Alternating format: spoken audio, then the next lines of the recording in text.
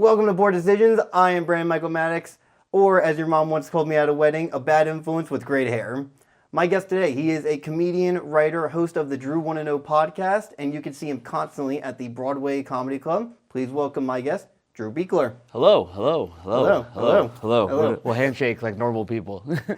Now, Drew, I am always curious, when you go out, whether it is your new wife or just you and some comedians, what do you typically order at a bar? Oh, rum and coke all day.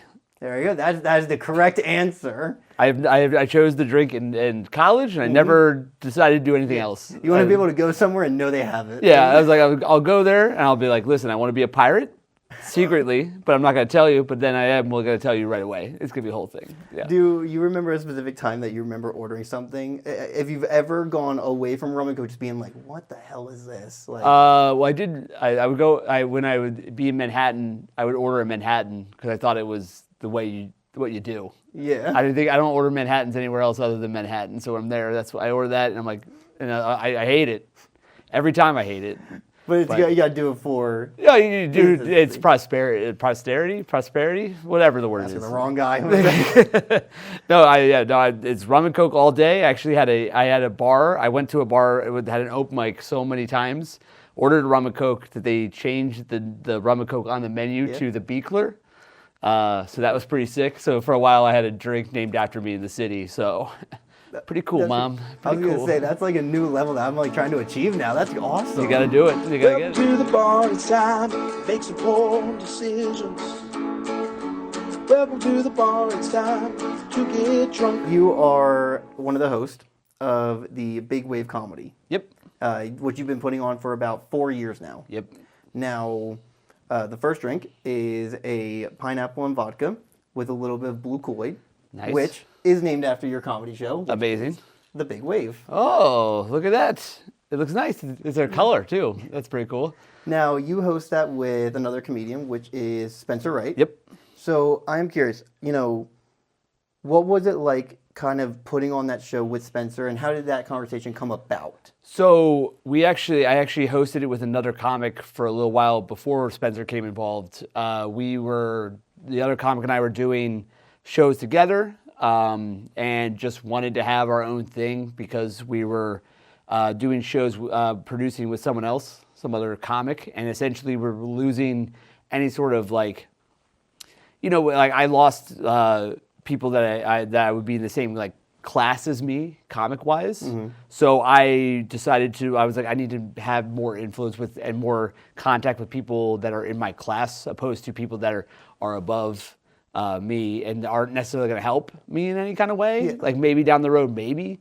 But it was kind of a way to give myself more stage time in a place where I wasn't pressured to, it was kind of my own thing. And my friend and I did that together. He ended up quitting comedy for a little while, a little bit into it, which was fine. And people treated like he died when he quit, which was crazy. Mm-hmm. Everyone's like, "Is he okay?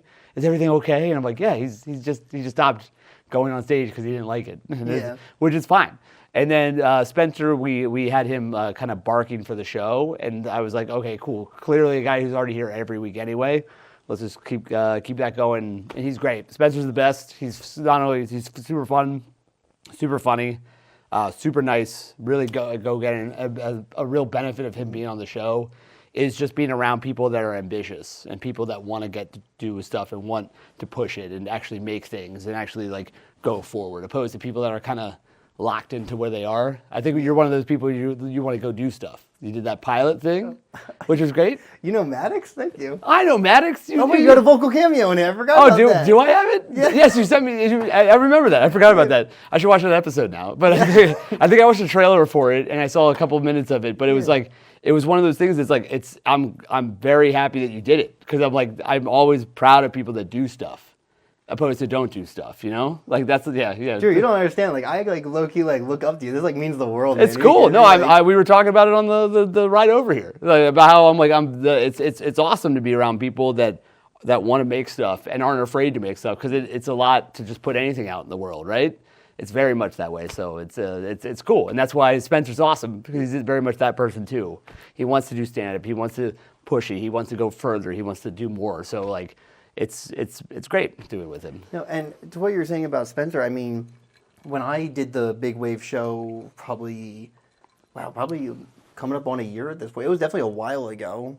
And I had not seen Spencer. Him and I maybe done one show together. Yeah. Walked up and remembered everything I told him from our first interaction, which, one, very impressive, I'll be honest. Yeah. But for him to, everything you're saying is absolutely true. Yeah. So, and honestly, credit to you, every time we've seen each other, it's genuinely always an honor to share the stage with you. Or, I don't know if I have told you this. You did a show, or you were hosting it, and I was fairly new to like the New York scene, and you just like took 30 seconds to be like, oh, hey, like, you're kind of a new face around here or so, and just took like, again, could have been more than a minute, and I was like, this guy seems pretty cool. Well, I appreciate that. It's about time someone fucking recognized what I'm doing here. I think it's good to know everybody because it's why be a dick to anybody? Why leave anyone out? Like I don't want to be left out. I don't want anyone else to feel left out. It's the way to be. It's like just being friendly to people. Some people aren't, but they are who they are. Now you've been doing Big Wave. Well, you've been a part of it for now over about 4 years, and I just want to know, you see a bunch of comics come through and everything. How is it knowing that you see all these faces that kind of you'll either see around the comedy circuit more? And what does it also feel to be doing that show for over 4 years now? Well, it's cool to see that's like, again, one of the reasons I wanted to do it was to get more faces that I'll see around because it's like, then you have more people to hang out with, more people to like conversate with and all that kind of stuff. And it's awesome just to have that community because the comedy community is so small and the people that are cool are really fun to hang out with and be around and everything like that, which is awesome. 4 years is a long time, especially we've been doing it weekly. It started out like kind of a monthly thing we did at the Springs in Greenpoint, but then they kicked us out because they said their insurance was going to drop them if they kept doing comedy shows. And I'm like, man, our show wasn't that bad. That your insurance company has to be like, hey, calm down. But so we found 10 Degrees Bar, which they're incredible. I feel like we have a very good relationship with them, which is awesome. And they, they just like support us a lot. And like, that was helpful to know that we're going to go long term with this and do it weekly. And again, the first year and a half, you produced that show at Broadway. That's stressful, right? It was like everyday stress for about a year and a half before I realized like I can automate things and like change things and like do things quicker and things like that too. And so it was like I'm very happy that we're at a place where I am now, where I don't necessarily have to like stress about it every moment of the day. Kind of know what I need to do during the week, which is awesome. That's the best part of it being 4 years is that I don't have to think about it every moment of my waking hour, knowing that it's coming up and stuff like that too. And when you were going through that transition of going from the old location to where you are now, what kind of turnaround was that? And was that kind of a moment where you, in a moment of limbo, you're like, where am I going to find somewhere? Or did you have something lined up right away? No, so I think we had like a 2-week hiatus from the show, from doing it the first 2 times, and then they canceled on us, and then we're like, okay, cool. But I feel like we were like pretty aware that there's so many places that could be our home that we weren't like necessarily stressed about it. We were looking at different places. Like we went to a bunch of different places. We went to some places that I knew used to do mics and everything like that, and they were pretty burnt out on comedy, so they were like, no. And then a lot of places were like, yeah, and then they would never talk to you again. Yeah. A lot of that. But it ended up being like I think like a week and a half of just talking to 10 Degrees about it, and they were like, go ahead, and we did it, and it's kind of just been going on since. I think we initially said we'll do it every other week. And then the bar was like, we should do this every week. And I'm like, all right. I was like a little afraid to do that at first. And then I was like, we should just do it, I guess, and we'll see what happens kind of thing. Now, one thing that I was very surprised about when doing that show was, and at least that for the moment, the show's free.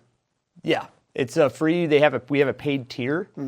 That if you buy, you get like you get buy one get one free happy hour for the entirety of the show. So that's optional. But we did that because I don't care about making money on that show. I don't want to make money. I'd love to make money. I want to make money. But I straight up I'd rather have people there than make money on the show is what I want. I don't care about profit. The point is to get people there to do shows in front of random people and practice and do more stuff. And like Spencer, I do like 15 minutes on that show usually, which is more time than you ever get in the city most of the time anyway. So it's like the benefit to me is the stage time that I'm creating for myself on top of letting other comics get time, that a little bit more time than maybe they are getting at other places. So that to me is what's important. That's why the free part is kind of there, but the paid tier is there mostly because I believe one time we were trying to get people into the show, and we were just kind of giving out. We were like, people at the bar were like, "Hey, just come to the show." And then these people, because it was paid for like a little bit, and this lady who bought tickets was kind of mad that they were letting people in for free. So I was like, well, we need to do an option that we have the free tickets online so they can get the option of free ones or paid them, and then we can give them out at the bar for free and not feel bad about people who want to buy it, because it's like they just buy the extra drink thing, and then they can feel good about that, opposed to making someone feel shamed about it or something. So now, doing the show in the city, and you've lived in the city now for a handful of time, because you were born in Lancaster, PA. Yeah. And you've been in New York since then. I've been here for 12 years.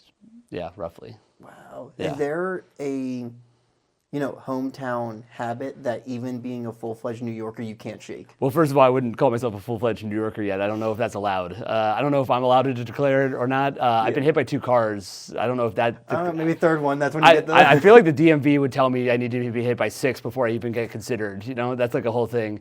But it's going to be hard to admit. Okay. I love Papa John's. Papa John's is, I know. It's you got a camera going. She knows what I'm talking about.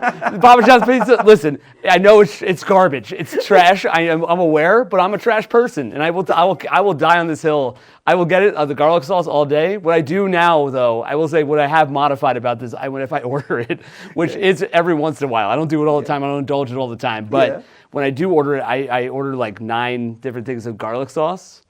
So that way, when you get the good pizza, you can dip it in, get the good part of this trash part, and it's the best. It's the best. Maybe I haven't ordered Papa John's in a minute, but like, what is the garlic sauce like? That's like what you're ordering it for? It's really good. It's like this it's terrible for you. It's like all cholesterol and butter. It's like oily butter. It's like a I don't even know what it's called. I tried to make it at home, and the closest I got to was like a Bermontais. It's a French like butter sauce. Yeah. It's the closest I think I got to it, and it was like all it clings and everything like that.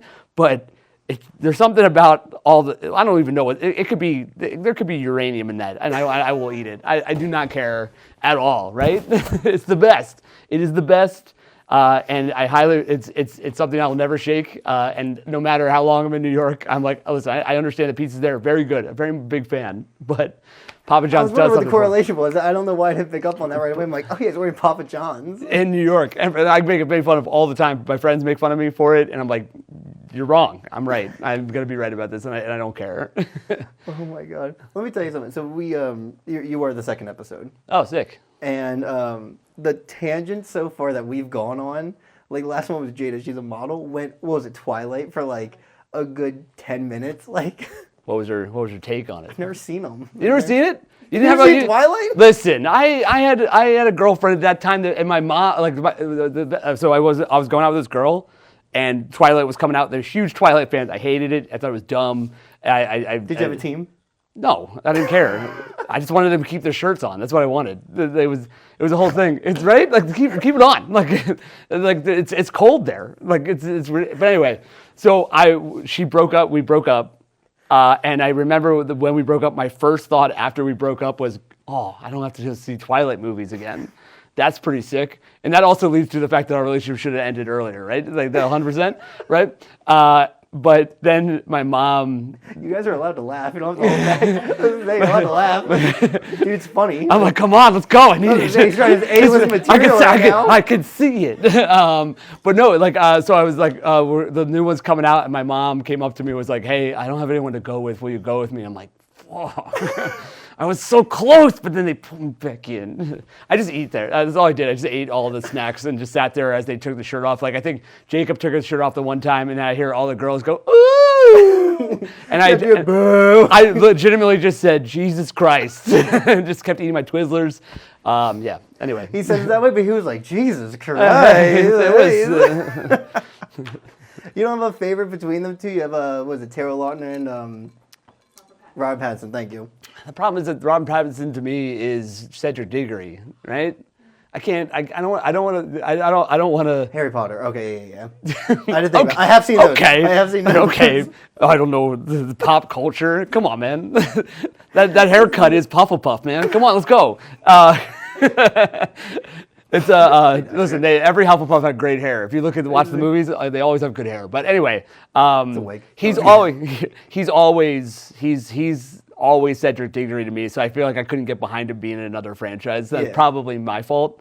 Also, I heard there's like a whole thing if like you die in Harry Potter, you go to Doctor Who, and like you're in Doctor Who for a little bit, and then you go to another thing, and then you'll be in these other like subsects of like teen drama stuff, and that's where he ended up in that one. I've heard that's a rumor, but I don't know, Taylor Lautner, I guess Jacob, I guess. I don't know. I don't love the whole I don't love the whole like at the end of the last movie where he imprints on the child, and that was like, you're like, what are we doing? Like it's like he's like, I'm gonna follow this child forever. And I'm like, I'm locked into a heart. I'm like, this is weird. She's weirdly underage.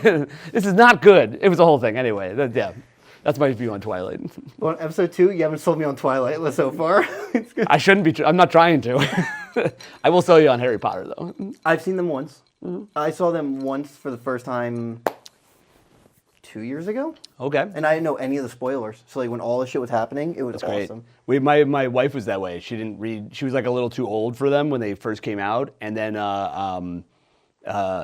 we watched them. She would read the book, and then we watched the movie. Mm-hmm. And she was like, I think halfway through like Goblet of Fire, and then we were coming back from like a trip to Puerto Rico. I think we were coming back, and in the airport and this is spoiler.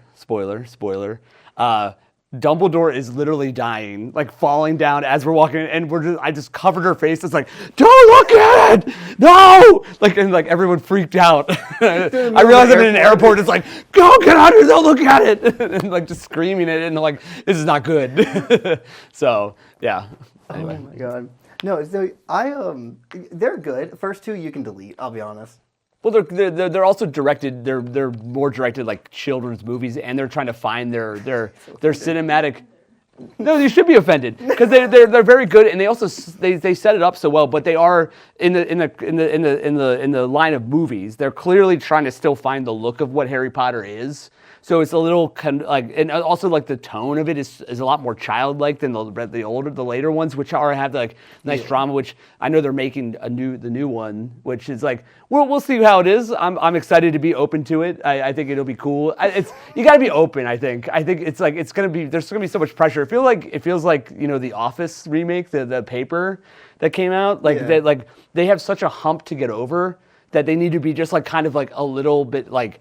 Okay, to be fine, and then we'll all go along with this new universe. But I feel like they're gonna have it set. They've established what magic looks like. They established kind of the feel of what Harry Potter is, especially like in like all those. You can say what you want about the Fantastic Beasts movies. They're garbage. That was my first Harry Potter movie. Oh, well, that's why you hate it, because those movies suck. Like they're just like commercials for like here's the stuffed animal that you can buy. But like the tone and the look of them were all very consistent. Yeah. And that's what we're gonna get. I think I'm excited to see the whole thing in that consistent tone, which will be nice. So real quick, quick sidebar.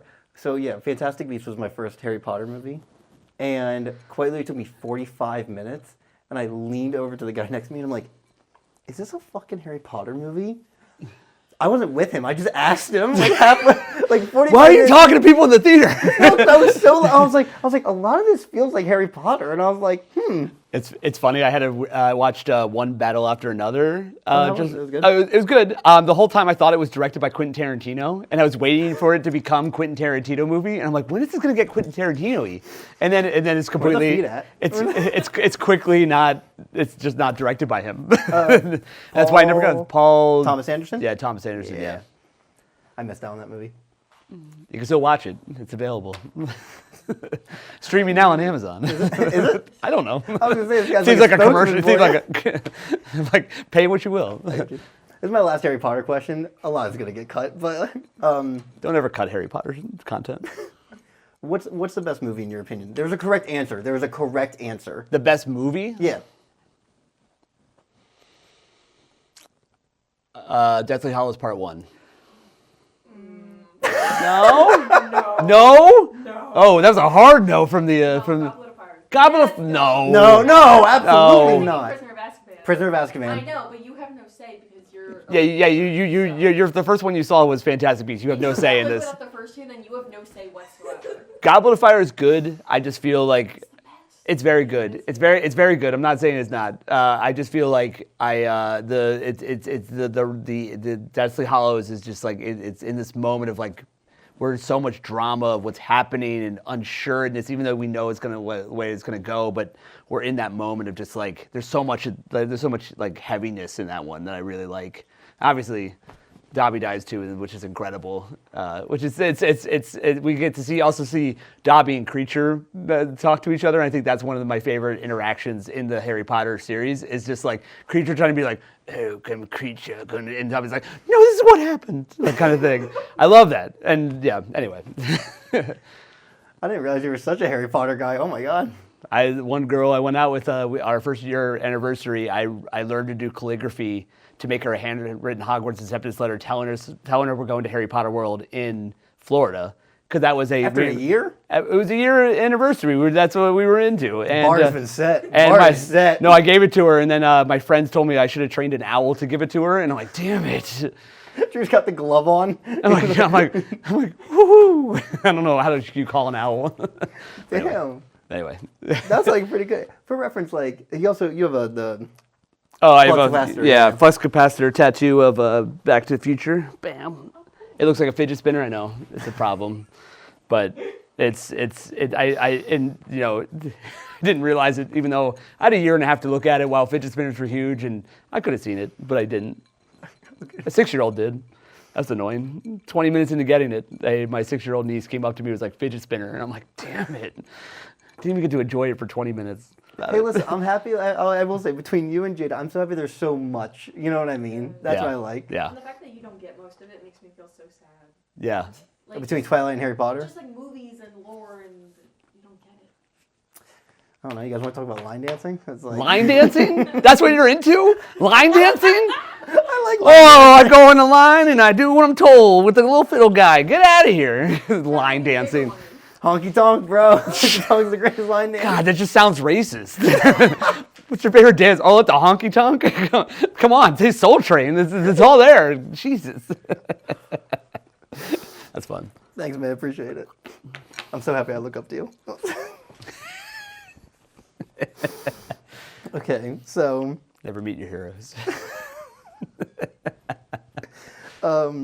Okay, so for our next drink, because we're having so much fun, is based on a segment that you did in one of your Drew Wanna Know podcasts. Okay. So, in one of your episodes, you talk about how when you do Duolingo, Yes. it makes you learn the word apple. Yeah. And, well, this is a apple cider with a cinnamon whiskey. Ooh. So I am curious, what was the motivation behind, and I do want to know where that apple tangent came from, but I also want to know the motivation behind starting your own solo podcast. Well, If you want to call it a solo podcast. yeah, it's hard to know what it's called anymore because I feel like it's like there's like these like it's really just me talking to a camera for a while, which someone pointed out I think in my first episode. They're like, "Oh, did you really set up 2 cameras in this room and just talk about this?" I'm like, "Bitch, yeah, I did. I did that, and you can do it too. Like, don't be weird about it." But no, like the Apple thing, that tangent is literally just from doing Duolingo in I've tried Mandarin. And I gave up on that pretty quickly because I barely know English. I don't know why I went to the hardest language possible. And then Spanish also, and it literally is all apples. It's like learn apples, like how to eat an apple. Do you have an apple? It's all stuff like that. I'm like, I don't talk about apples that much. Like to know, like give me something I need. Yeah. I don't know. I don't even know what it would be. But it's like I guess apples is just a word that people are like, oh, we'll teach them apples. That's the first letter of the alphabet. A for apple. It's apple everywhere. I don't know what the point of that is. It's just it's bothered me. And it's weird. And then what kind of was like the idea of doing it? Because you kind of this was kind of an idea you've done before, sort of. So I started during the pandemic because we had a lot of time and I need a podcast, I guess. And I was just interviewing people over Zoom just to try it, see what happened, just as like a thing to do. And now it's kind of like, okay, I think I can. To be honest, it's helped me with stand-up too, because it really is just you talking about a subject and saying things and then whatever, and understanding and like making sure that things are succinct and like the idea is there, opposed to just kind of just talking. Yeah. And like a lot of podcasts are like, people on sofas getting comfy and just kind of talking for an hour and a half. And it's like it really is. I'm like, I can gear this towards, like, first of all, it's content to put out there and that kind of stuff, and you can break that up into whatever that whole thing is. But also, you can practicing just saying stuff that you're thinking and like kind of forming an opinion and doing all that stuff is helpful stand-up wise too, because that's like a lot of what it is. It's opinion and examples of that opinion and everything like that too. So while doing your episodes, have you ever kind of delved into like, I'm going to talk about this knowing that I'm fully doing a joke that I wrote months ago? No, not yet. I haven't. I've been trying to write for it, as in like I'm almost taking like it's part of the writing process almost now, which is like I'll have an idea of something that bothers me. Yeah. I'll lightly think about it and like write about it, and then I'll just do it on that podcast thing. And once it's out, I can then take it and pick it apart even more for jokes. Okay. Later on too, because it's like I think it's a different format too. It's like a raw thing that I'm usually talking about, so I'm pretty hyped about it, and I'm pretty like in the moment of thinking about that, because usually it's something that happened during that week that made me think about it. I record it down on my notes, and then I'll just put a little card that I have on the side, and I just read off. I kind of just like riff on that topic for a while and like why it's weird and that kind of stuff. Yeah. Now, and you're relating this to stand-up or so. Now, you've done, obviously, Big Wave. You just did Oak City, the comedy festival. In North Carolina. And you've also, with Jared Waters. Yes. Who we're pending getting on the show. He's great. Oh, he's awesome. Turbo. And I love that. He always sends off with Turbo. Yeah, he's always like, Turbo. And I'm like, I don't really know what that means, but yeah, sure, let's do it. And you've also done Laugh Track's first live show, which... Genuinely, it was very much an honor to have you on. It was an honor to be on it. And when I reached out, I knew you were the first person I reached out to, and I was like, if I can get him on, like you were the golden stitch, if you will. If we got Drew. Did you say golden? What'd you say? You said Stitch. Snitch. Stitch. Stitch? Golden snitch. Yeah, golden snitch is that's Snitch. snitch. Oh. Yeah, Golden Stitch is a Disney character version of Stitch too, where he gets put into solid gold.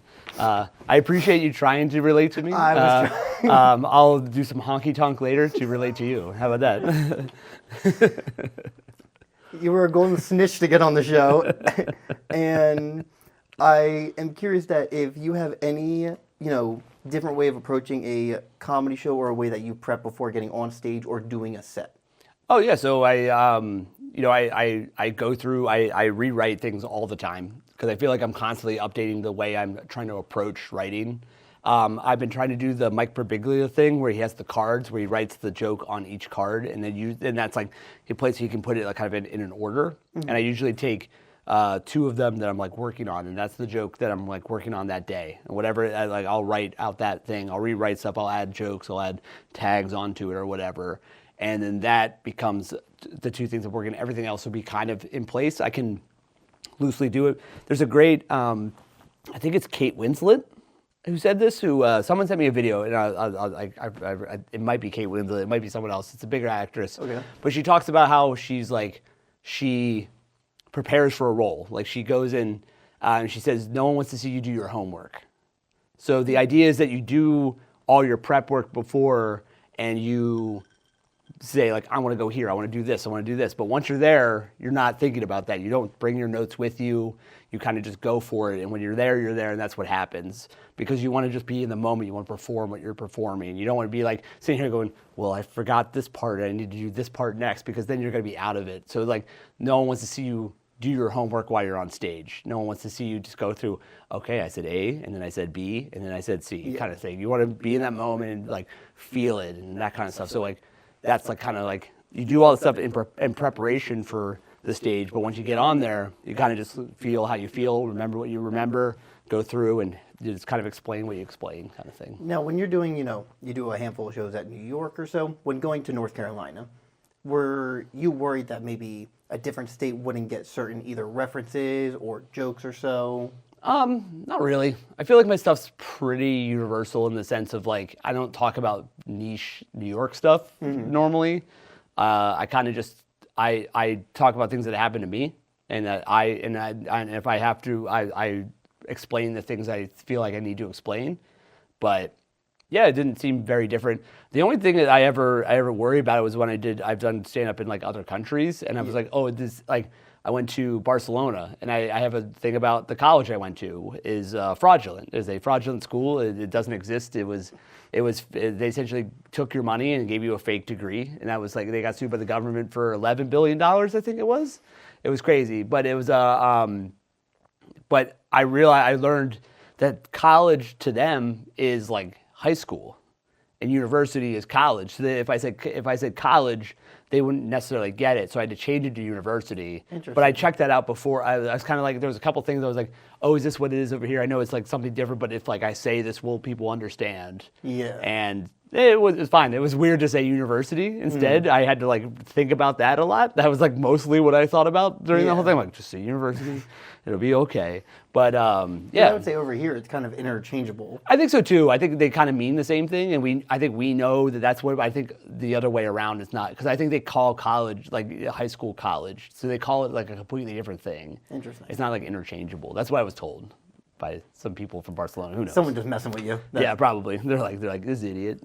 Now, when you are doing stand-up, do you have like a certain joke, or do you get excited when you know you have one that is like, you know it's a winner? Well, yeah, you get that's like the reason to do stand-up is like when you have a new joke that's like that comes out, you're pumped. Like that's the high. You can go home, one thing works, and you're like, heck yeah, this is awesome. This rules. Like that's the feeling. I think that's with anything. Like if you make something that's awesome, I think favorite joke to do is something that changes, because it's like, you do it and you're like, okay, that's cool. I really like that when I first started doing it. Now it's like it's an older joke. It's not like I hate it, but it's like it's now I'm excited to do the newer stuff. I'm excited to do the A, B, or C, opposed to like I've done D and E before, but like these are things I'm very excited about. So I think it's like whenever you write something new and you get that new joke, that's like. That's it. That's awesome. That's the heroin right there. Is there Never said that before in my life. That's the heroin. Is there a joke that like you still tell that is like your oldest joke? You have to like say the joke, but like, no, I can say it. It's very quick. It's I was single for a very long time. I was so single that I've been buying condoms just to chase the feeling of hope.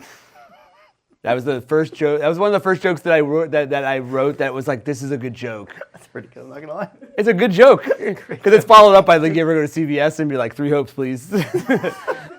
And then it's a fun joke, and I literally wrote it while I was going on a date. I was like, I had a bunch of really terrible dates. I had an idea. I had a bunch of dates, and I was like, oh wait, that didn't go well. And I think my condoms that I had at my house expired.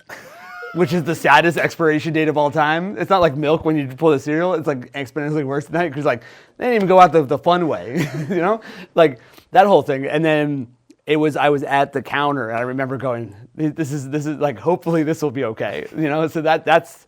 To be honest, I think I should incorporate that story into that. I feel like that's funny enough too. It's like maybe I'll try doing that. So this has been beneficial. So that really got me. I'm not gonna lie. But it's true. That's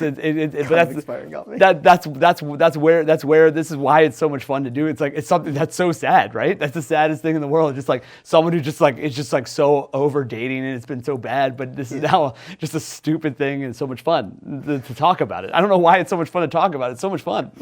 I love saying that joke. joke.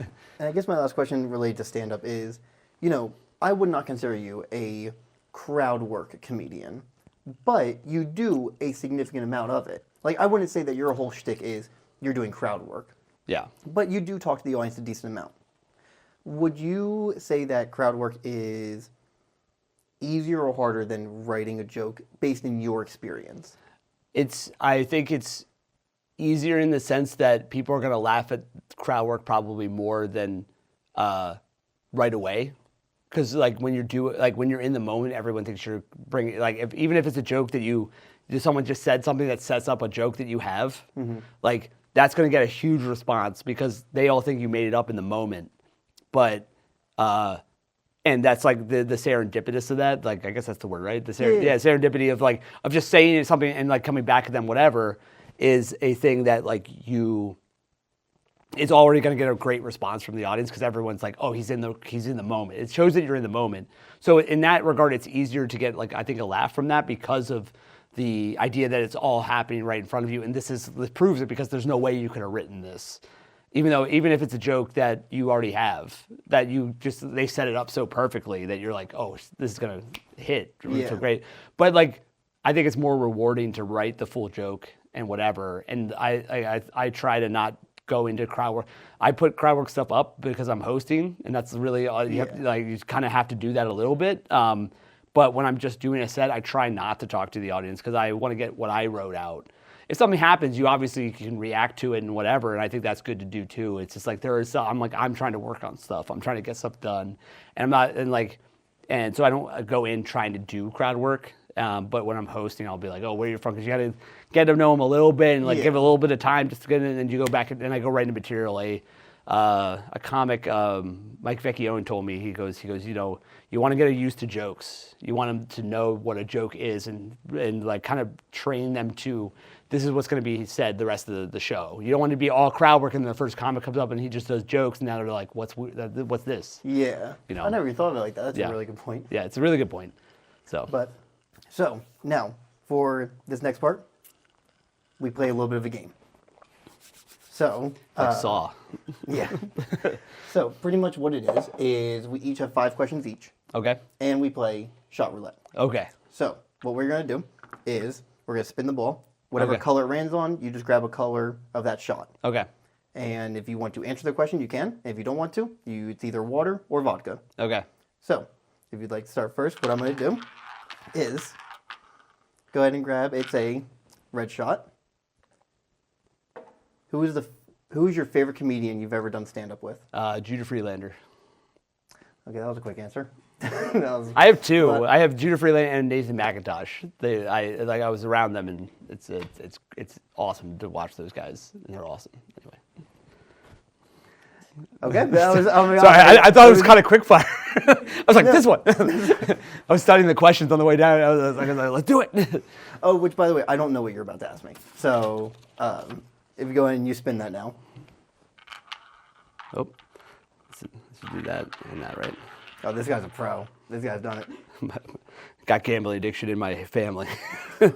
Have you ever got a bad reaction from a crowd during a stand-up set? Yeah. For a long time, I did and the reason I asked you that crowd work question, for a while, I just did crowd work. Oh. And I was like, oh, this is great. Well, I did crowd work in South Jersey. And then you moved up to New York, and I realized, oh, I was South Jersey funny. And then I had to start writing some stuff. And maybe I'm still South Jersey funny, I don't know. But yeah, oh my God, I always got a bad reaction. There's certainly a story that I'm not going to tell. Oh. But I did a very risky joke one time that made it very quickly off the notes app. But yeah, that is, yeah. But I feel like every comic's had a bad show. Yeah. Except for you. No, there's been a lot of bad shows. Most of them are bad. No, that's not true. But they go bad sometimes. So, my question for you is, what do you have to grab? Oh yeah, black shot. What is the worst gig you've ever done? Worst gig.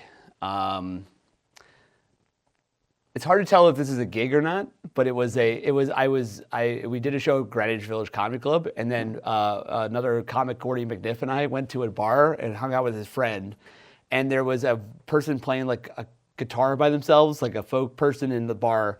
And I guess he went on break for like an hour and a half, and I was pretty much blackout.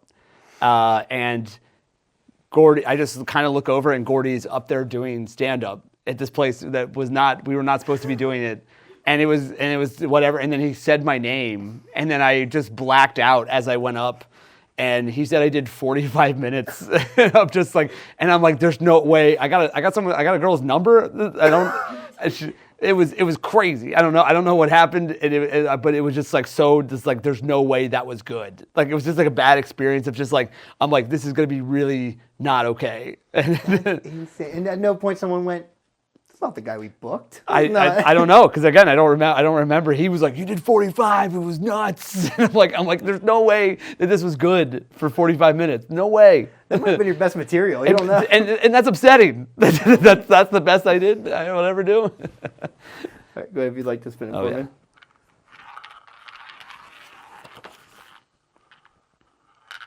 This is also, what's the worst gig you've ever done? Is it really? Yeah. If you say Big Wave, I'll be very upset. That was honestly one of my best shows, I'm going to be honest. That was a great crowd. Worst gig? That's a really fucking good question. I don't really get booked for shit. That's where the worst way I could answer that question. Well, I don't really get booked because I'm not really that good. No. I held a microphone and people don't see me as someone who's good. No. I did a show one time in like Central Jersey, if that's a thing. I don't know if it's a thing. There's a center of Jersey for sure. And it was like the crowd just like did not want to laugh. Oh. So I just started doing my crowd work, and the first thing I got out was funny, and then it was pretty silent for the next 4 minutes. So I will say that we just did the worst gig thing. There was a moment that I realized that bombing was different recently. Like it was about 6 months ago. Okay. I realized I'm doing Broadway Comedy Club. There's 70 people. All of them immediately were like, "Nah, not my guy." Like this is like Red Room. Downstairs. Okay. I walked up.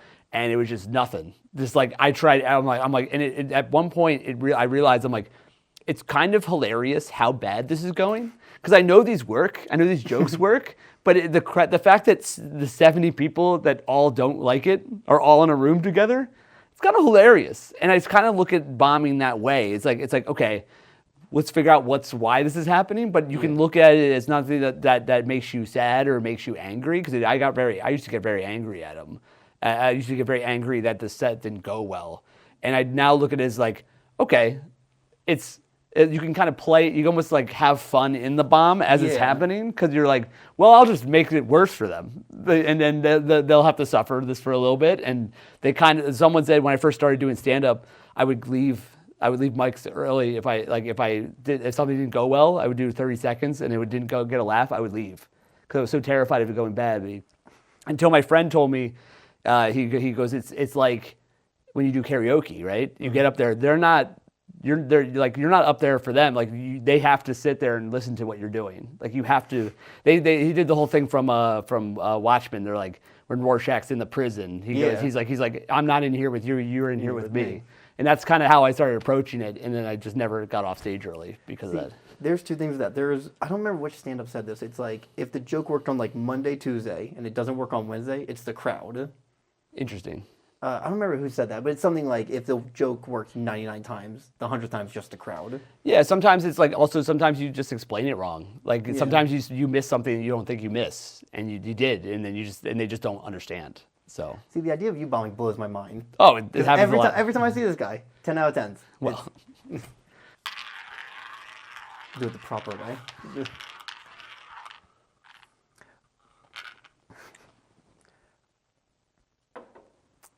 Why wasn't I invited to your wedding? Too skinny. Every time I see you, I think like a grandma. They're like, you gotta eat. You ever see you see Rudolph the Red-Nosed Reindeer? Yeah. I'm like Mrs. Claus around this guy. I'm like, eat, Papa, eat. I want everyone at my wedding to look healthy, So That's like, it's like such a weird compliment too. That's the thing. Yeah, exactly. Thanks. Yeah, you're welcome. You know, you could have said, you know, oh, we're not that close. That's what I was expecting, you know. Okay. Think again. Cliff, you like to spin, Drew? Yes. I was not expecting that. That's pretty good. Ooh, red. All right. Have you ever hired someone solely based on because they were a friend? I feel like that gives out brownie points if I say it. I've done favors. That's about it. I feel like that's not him answering the question, right? He's not. I feel like brownie. Yeah, there you go. Yeah, but that wasn't water. Oh my God. You know, I turned 25 next month. Let me tell you, I can't throw back vodka like I used to. Oh man, 25. You have your life. Oh, listen, I'm 37. Don't bitch to me about Are you 37? 37. I honestly thought maybe like 29. Yeah, no. I appreciate that. I have a great, lovely face. But yeah, no, 25. That's fun. You get to go and you have one more year of health insurance, right? Yeah. Yeah, and then you get to rent a car. That's pretty fun. You got a lot of looking forward to. That's pretty cool. You know, I wasn't able to drive a car for, you know, a couple months ago. Oh, really? Oh, it's my turn to spin, is it now? Okay, this one, when I'm doing my research, is it true that you won an Emmy for your visual effects for the Netflix show Ridley? Yes, I am an Emmy award-winning visual effects artist. I do not have a statue because you have to pay for them. If Really?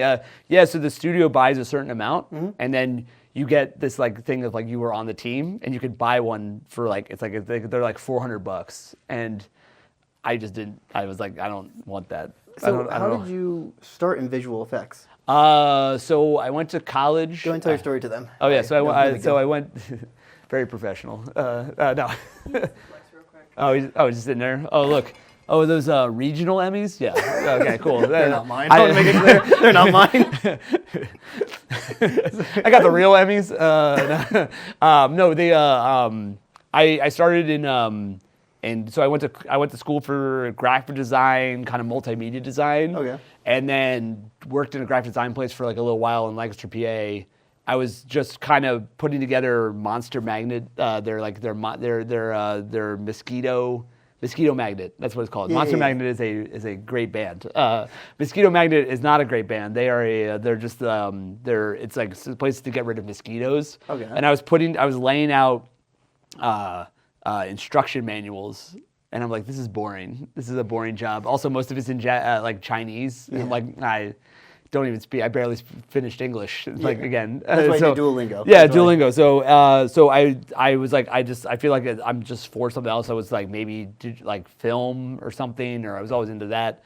I walked into the visual effects motion graphics kind of tour of our school. Like they did like a little tour. Like they're like, this is the class. I remember walking out. I was like shaking with excitement. I'm like, this is what I'm doing, and I'm not gonna go back on it. And I just kind of went through that with a bunch of great people that I'm still very good friends with now, and we're all pretty successful in the sense that we all kind of stuck together, we all learned together, and then we kind of went in our own like kind of directions, but we all kind of together we're learning like the basics of everything, and we're there for each other and excited to learn and had a good group of people, so it was good. So I just want to say, he gets a card with a cool thing on it, and get a little flimsy thing. What's going on? This is bull. Here you go. If you'd like to join us, we fully had. You had it too. What is going on here? I'm an Emmy Award winner. Who's your celebrity crush? Which one? Which one? No, because I think like they just kind of fall into my type. That's the problem. Like Olivia Rodrigo, Millie Bobby Brown, Zoe Deutsch.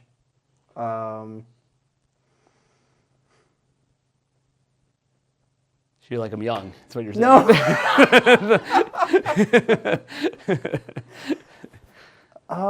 Yeah, I would say those are top three. Okay. I know you asked for one, but that's Listen, you can have as many crushes as you want. I feel like there's one I'm really missing. The Rock? No, I was kidding. Now, if you'd like to share, what are you most nervous about doing your Drew Beekler and Friends special on November 21st? I think it's what every producer's nightmare is that no one's going to show up.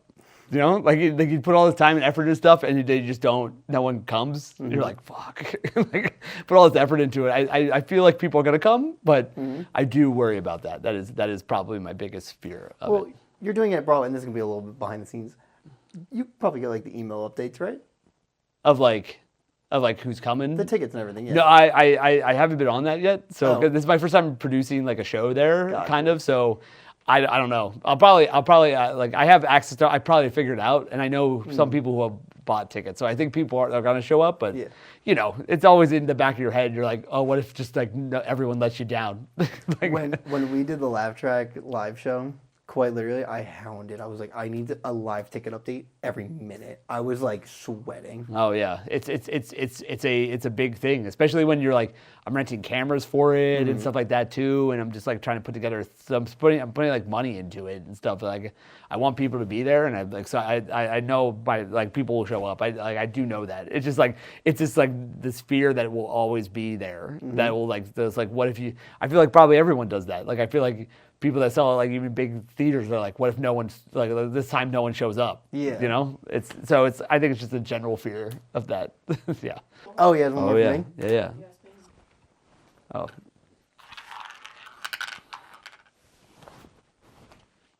All right. Okay. Have you ever slid into a celebrity's DMs? Ooh. Okay, so that means I get to guess, right? I get to guess who it is. It's Millie Bobby Brown when during the first season of Stranger Things, right? You're like, oh, you cute girl, and then she's like, this is creepy. I like in Drew's mind, I've been 25 for like 10 years or wherever that show started. Yeah, that show's rule. When did that come out? You were what, 15? When did it come out? 2015. So like About 15 or 16, yeah. Okay. So for our last drink, it is a grapefruit and bourbon mix. Okay. Which I'm going to call the Matador, which is the mascot of your high school. Is it? From the research I did. I'll take it because it sounds good. Because it'd be better than what I think my mascot really is, which I believe is the Blue Streaks. Was my high school mascot. What high school did you go to? Manheim Township, in Lancaster, PA. Yeah, it's a Matador. Is it a Matador now? Maybe they changed it. It was a lion. It was a lion and a bolt of lightning for a little while because they really like to be Penn State. They may have changed it. I don't know. On this? Manheim Township in Lancaster, PA. So this is named the Sir Streaks a Lot. Sir Streaks a Lot. sounds like he just misses his pants a lot. Yeah, they have to spray him with Windex to keep him from streaking. That's an amazing Jonathan joke. You ever see him? Jonathan. The Amazing Jonathan. Oh, He's like an 80s I think he's dead now, but he was like in Vegas. Magician. He was a magician comic. Yeah. He's crazy. So much fun. You should watch him. I saw him live. He was the second. Did he really pass away? Yeah, but he was like, he had a bunch of health issues and stuff because but there's a documentary about him. There's two. There's one that's like a serious one, and then one that's like one where he was making it, and then the other documentary starts documenting him during the other documentary, and they kind of make it a whole thing. He does like speed on camera and stuff, and like it's crazy. But he's like the second comic I ever saw live. Real? You know I did magic, right? Oh, do you? Can you do some magic right now? I don't know if I have anything on me. That's You- really awesome. that I try to keep that it in the seems like pocket. someone who doesn't do magic. I feel like people who do magic always have magic on them. What if I just like pulled out a dove? Like imagine. That would be insane. I would lose my mind. I would run out of here because you are a wizard, and I can't believe you're not a Harry Potter fan. Magician? Yeah. No, Come on. I did that shit since I was like 12. I don't do it now. Because I try to get the lead. And Did you ever try to use magic to get laid? yes, I fully did. What was the trick did you have a go-to trick that be like, here's my card? Looking back on your previous year, what is the highlight of your career? I think doing more time and getting comfortable doing more time has been like really great. Also, I literally have started this year, like the last couple weeks, I'm like kind of like not taking freelance like visual effects things, and I'm focusing fully on comedy now. Mm-hmm. And I think that to me, I'm very excited about that. I'm very excited to have the time to write more and prepare more than I was, because it's all, you're working and then you have to do this, you run to a show. It's very stressful. But now it's like I feel like I can focus on that and kind of just like try it for a while and see how it feels. I'm very excited about that. And related is to the next year, what are you most excited for? I'm excited for the Drew and Friends thing to be filmed and out of there. I'm also excited to see what happens the next year in the sense of like how much I get to write and all those kind of things, and like what I get to kind of like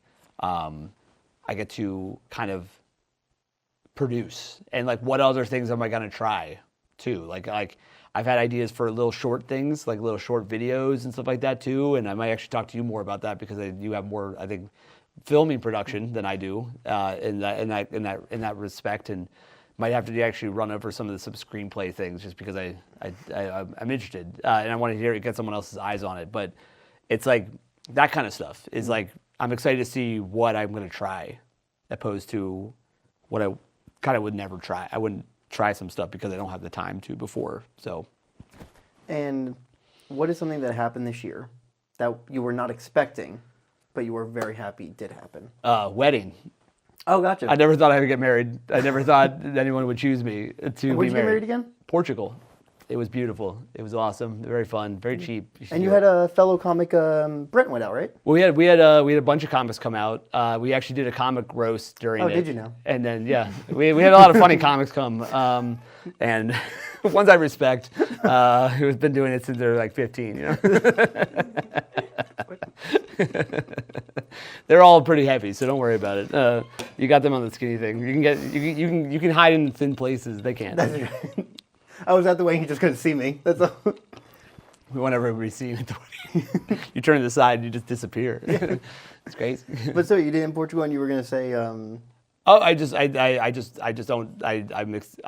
that happened. I'm excited that happened. I'm excited that I'm with her, and she also I'm also excited that she sees potential in me to work this out so I can try to do this as a full-time money career kind of thing. So that's very exciting.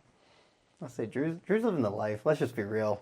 It's all. Let's give a round of applause for Drew. Drew's living it. Drew is living it. Take that, everyone who's doubted me in my life. Well, Drew, I really do appreciate you coming on and talking. It really does mean the world. And the fact that you've done the live show, and the fact that you, but for how much of a professional he is. When I asked, hey, man, we need a line in Maddox or whatever, sent 10 takes. I just asked for one line, sent multiple, and he was like, hey, just send them over, give you some variety. Didn't have to do that. Fully did, and that just shows a level of professionalism. And I know the value of options. And I appreciate you doing this, and generally to have someone to look up to and to have shared the stage with you, it's very much an honor that you have done this. Well, I will say I look up to you for what you're doing and what we're doing. We share the stage. It's always a good time. I appreciate you, man. Got you, buddy. If you'd like to plug anything before? We do Big Wave Comedy every Tuesday at 10 Degrees Bar, and then I'm doing my special thing on the 21st of November at Broadway Comedy Club. If there's a lot of tickets available. Please come. Well, thank you, Drew, again for coming on. Of course. And thank you for watching. There's one more thing. Never mind. Don't do anything. There's the last part of the show.